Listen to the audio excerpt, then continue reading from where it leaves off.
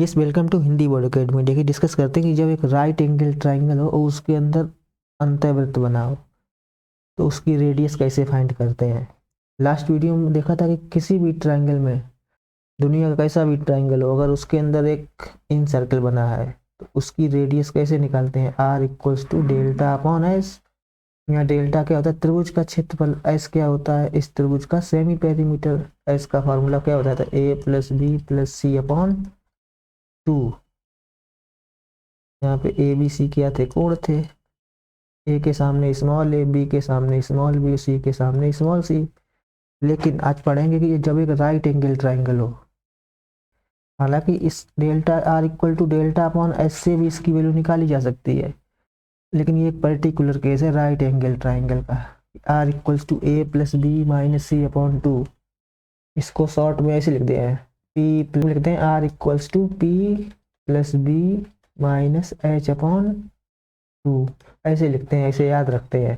P का मतलब perpendicular, B का मतलब बेस, एच का मतलब हाइपोटेन्यूज, यानी कि लंब, आधार और कर्ण। लंब और आधार को जोड़ के कर्ण माइनस करके उसका आधा कर देते हैं तो रेडियस निकल आती है। तो आइए प्रूफ करते हैं कैसे। तो सबसे पहले जो एंगल ए है इसके सामने की साइड को ए मान लेते हैं, एंगल बी के सामने की साइड को बी मान लेते हैं, तो एंगल सी के सामने की साइड को मान लेते हैं सी। टेंजेंट पे परपेंडिकुलर होती है तो यहाँ भी 90 डिग्री बनेगा, यहाँ भी 90 डिग्री बनेगा। तो ये तो समकोण त्रिभुज है, तीन एंगल 90 डिग्री हो गए, तो ये भी कितना होगा? 90 डिग्री। ये सारी रेडियस हो गई, तो एक स्क्वायर बन गया अंदर। वर्ग की चारों भुजाएं बराबर होती हैं, ये आर है तो ये भी आर होगी, और ये रेडियस आर है तो ये इसके सामने भी आर होगा। अब ये कंप्लीट लेंथ कितनी है? बी है, तो ये कितनी बचेगी? B minus r. पूरी ए है और यहाँ से यहाँ तक आर है, तो कितनी बची ये? टेंजेंट कितनी बची? बी से लेकर इसको नाम डाल दे पी और ये क्यू।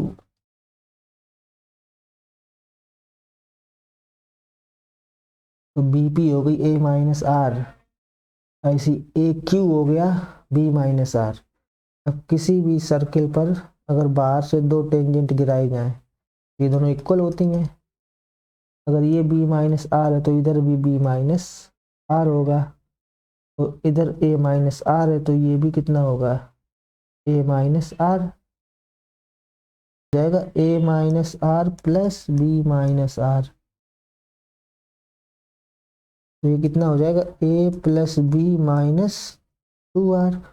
और ए बी की वैल्यू कितनी है? पूरी ए बी की वैल्यू सी है, क्योंकि कोण सी के सामने की साइड कितनी है? सी है, तो ये हो गया सी। तो now 2r equals to A plus B minus सी।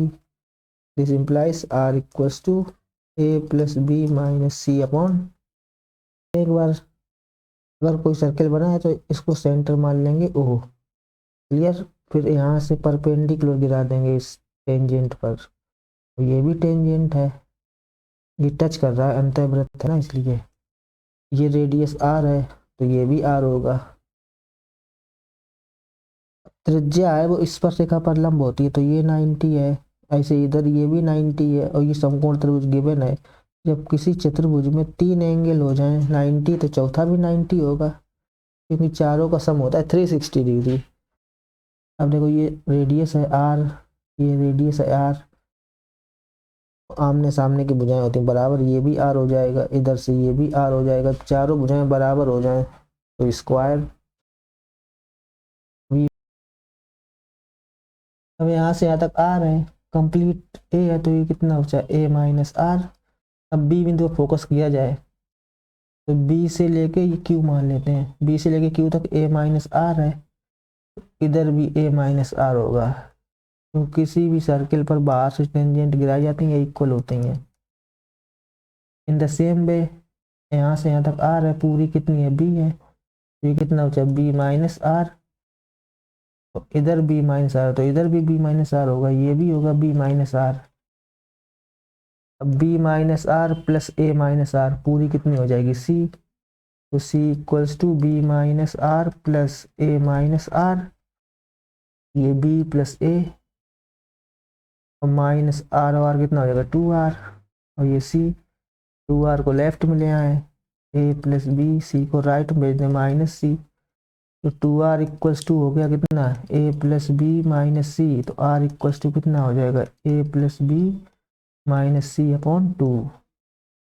अब इसका इससे तो निकाल ही सकते हैं r equal to delta upon s, ये तो हर जगह अवेलेबल, लेकिन ये बोर्ड के एग्जाम पॉइंट ऑफ व्यू से बहुत इंपॉर्टेंट है, ये अक्सर कर प्रूफ करवाया जाता है कि अंतःवृत्त की त्रिज्या है वो ए प्लस बी माइनस सी अपॉन 2 होती है।